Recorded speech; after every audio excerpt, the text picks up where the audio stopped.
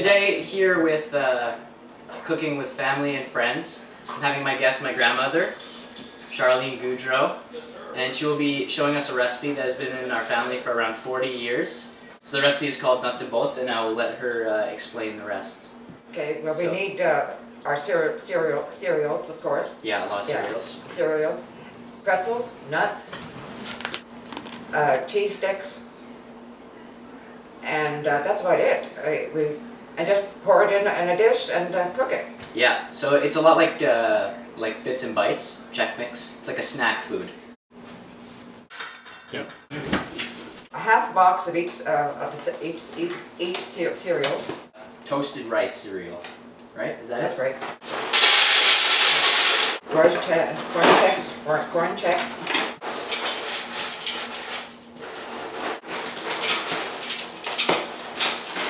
Makes a very healthy snack. The multi-grain Cheerios. Now we add pretzels, many you like.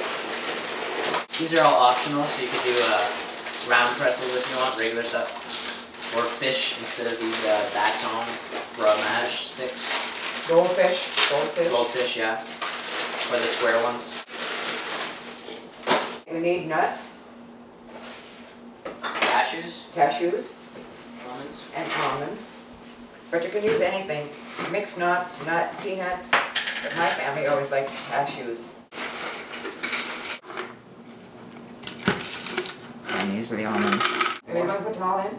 Might as well. Might as well put them all in, sure. Once it's done, for the topping, it's we have to use oil, a cup and a half of oil, canola or vegetable oil. Never olive oil. It's not tasty. And we need. And then we have spices. And the spices. 2 tablespoons of Worcestershire sauce. I don't have to get that all in there. And 2 tablespoons of seasoned salt, and 2 tablespoons of garlic powder. Pink salt. Mix this all together. Now mix it well. Pour it over the top. And watch.